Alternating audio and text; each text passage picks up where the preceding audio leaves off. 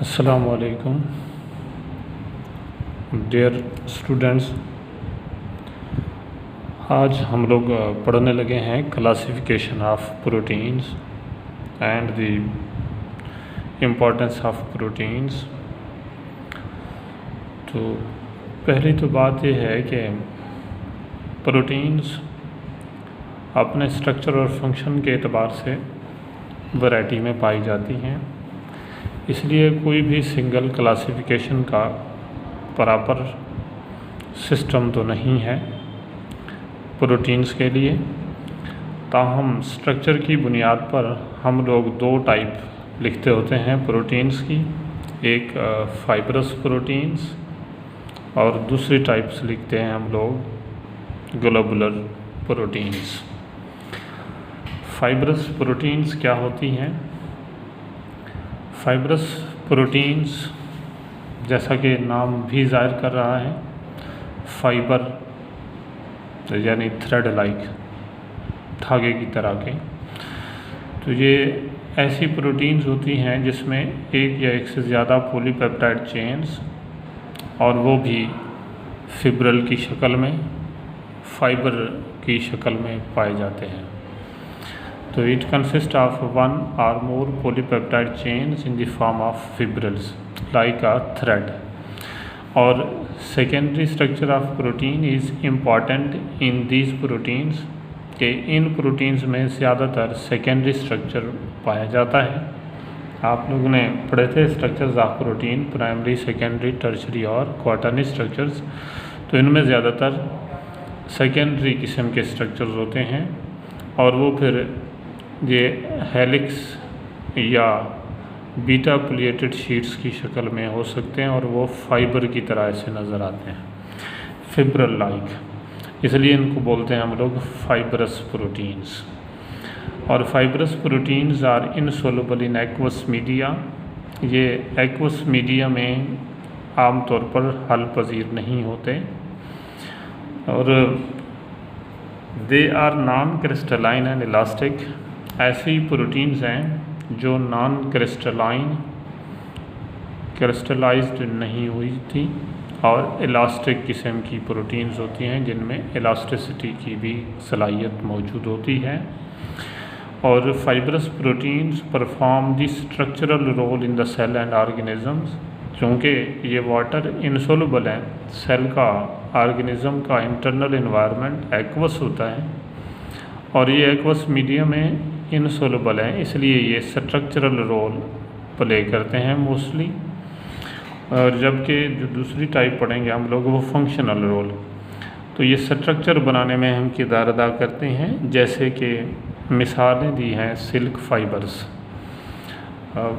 ये silk fibre जो silk worm produce करता है वो भी प्रोटीन का बना होता है, या जैसे स्पाइडर्स वेब है। मायोसिन प्रोटीन्स प्रेजेंट इन मसल्स, ये मसल में मौजूद होती हैं जो हमें हरकत देने में मदद देती हैं। फाइब्रिन ब्लड क्लॉटिंग प्रोटीन, जो ब्लड क्लॉट बनाती है वो भी fibrous protein. Keratin proteins present in nails and hairs are also the fibrous protein. ये फाइब्रस किस्म की प्रोटीन्स होती हैं। जबकि इसके मुकाबले में दूसरी type globular proteins, globular protein जैसा कि नाम बता रहा है तकरीबन स्फेरिकल या स्फेरिकल सी, तो गोल से स्ट्रक्चर रखने वाली ग्लोबुलर प्रोटीन्स कहलाती हैं। तो स्फेरिकल और एलिप्सॉइडल शेप के होते हैं, चूँकि इसलिए इनको हम लोग फिर बोल देते हैं ग्लोबुलर प्रोटीन्स।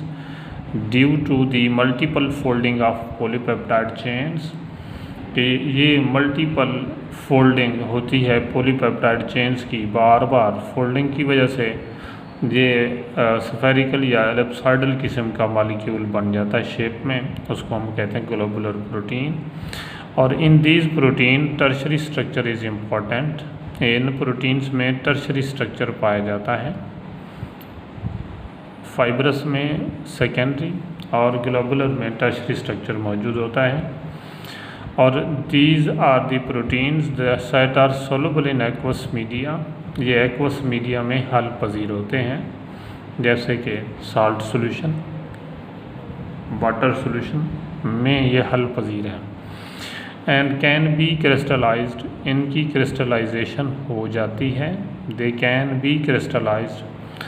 और ये बड़े सेंसिटिव टाइप के मालिक्यूल्स होते हैं। यूजुअली दीज प्रोटीन्स डिसऑर्गेनाइज, आमतौर पर ये प्रोटीन डिसऑर्गेनाइज हो जाती हैं, टूट जाती हैं with changes in physical and physiological environment, physical या फिजियोलॉजिकल एनवायरनमेंट में चेंजेस आने की सूरत में, जैसे टेम्परेचर, पीएच में चेंज आए तो ये डिसऑर्गेनाइज हो जाते हैं। अब इनकी एग्जांपल दी हैं, जैसे एंजाइम्स हैं, तमाम के तमाम एंजाइम्स ग्लोबुलर प्रोटीन्स होते हैं। Antibodies are also globular proteins, जो हमारी डिफेंड करती है। हार्मोन्स अगर प्रोटीन के बने हों तो वो भी ग्लोबुलर प्रोटीन्स होते हैं। एक कॉमन सी मिसाल हीमोग्लोबिन, ये भी ग्लोबुलर प्रोटीन है, ये ग्लोबुलर प्रोटीन की मिसाल में लिखे जा सकते हैं। तो ये दो टाइप मेजर बता दी on the base of the structure of proteins, fibrous proteins and globular proteins. अब ये प्रोटीन जिनके बारे में हम लोग पढ़ रहे थे, ये बॉडी में, सेल में क्या फंक्शन रोल प्ले करती हैं, इसका अंदाज़ा तो इस बात से लगाया जा सकता है कि सेल या ऑर्गेनिज़म की बॉडी में सबसे ज़्यादा ऑर्गेनिक कंपाउंड यही प्रोटीन मौजूद होता है। और तकरीबन 50% of dry weight of the organism cell is protein. तो इससे पता लग रहा है कि प्रोटीन बहुत ज़्यादा इम्पोर्टेंस की हामिल है। अब चंद एक उनकी इम्पोर्टेंस के पॉइंट्स यहाँ डिस्कस कर रहे हैं हम लोग, कि ये काफ़ी सारे स्ट्रक्चर बनाने में सेल में इस्तेमाल होते हैं, कि they build many structures of the cell, के स्ट्रक्चरल यानी रोल प्ले करते हैं। और all enzymes are protein in nature, और ऑलमोस्ट एंजाइम्स प्रोटीन होते हैं। और आप लोग जानते हैं कि मेटाबॉलिक रिएक्शंस की रफ्तार को कंट्रोल करने का अहम काम एंजाइम सरअंजाम देते हैं। इस तरह से यही प्रोटीन्स पूरे मेटाबॉलिज्म को कंट्रोल करती हैं। और इसके अलावा कुछ हार्मोन्स ऐसे होते हैं जो प्रोटीन के बने होते हैं। तो मोस्टली जो हार्मोन्स हैं प्रोटीन हैं। ये हार्मोन्स केमिकल रेगुलेशन का काम सरअंजाम देते हैं, they regulate metabolic processes. Some proteins are carrier, कि कुछ प्रोटीन के मॉलिक्यूल्स कैरियर मॉलिक्यूल्स होते हैं। एंड ट्रांसपोर्ट सब्सटेंसेस, कि वो चीज़ों की ट्रांसपोर्ट में मेटल, आयंस, साल्ट, ऑक्सीजन वगैरह की ट्रांसपोर्ट में काम करते हैं, जैसे हीमोग्लोबिन है। हीमोग्लोबिन का मॉलिक्यूल ऑक्सीजन कैरियर के तौर पर काम करता है, ये भी एक प्रोटीन। एंटीबॉडीज़ जो हमारी बॉडी का डिफेंस सिस्टम बनाती हैं, हमें पैथोजन से बचाती हैं, बीमारियां होने से, लगने से महफूज करती हैं, दे आर आल्सो प्रोटीन्स। और ब्लड क्लॉटिंग प्रोटीन्स, के ब्लड को क्लॉट करने वाले एलिमेंट मटेरियल्स प्रोटीन पर मुश्तमिल होते हैं। ये वो मटेरियल है जो ब्लड क्लॉट बना देता है। और यूँ loss of blood is prevented after injury, कि इंजरी आने पर जो लॉस ऑफ ब्लड होनी है उसको आर्जी तौर पर रोक देता है। यूँ लॉस ऑफ ब्लड को रोकने में मदद मिलती है, ये भी प्रोटीन काम सरअंजाम देते हैं। इसके अलावा मूवमेंट, ऑर्गेनिज़म या क्रोमोसोम्स की होनी हो तो भी ये प्रोटीन अहम काम सरअंजाम देती हैं। They are present in the muscles, ठीक है जी, ये मसल्स में मौजूद होती हैं, जैसे एक्टिन प्रोटीन, मायोसिन प्रोटीन्स हैं, they are present in the muscles. And help the movement of the organism. ऐसे ऑर्गन्स की मूवमेंट है तो उसमें भी इसी प्रोटीन्स का किरदार होता है। सेल डिवीजन के दौरान क्रोमोसोम्स की मूवमेंट होती है, स्पिंडल फाइबर्स मूव कराते हैं, they are also protein in nature. इस तरह से प्रोटीन अहम काम सर अंजाम देती हैं, बॉडी के लिए बहुत इम्पॉर्टेंट है। Without protein organism can not survive. Thank you very much.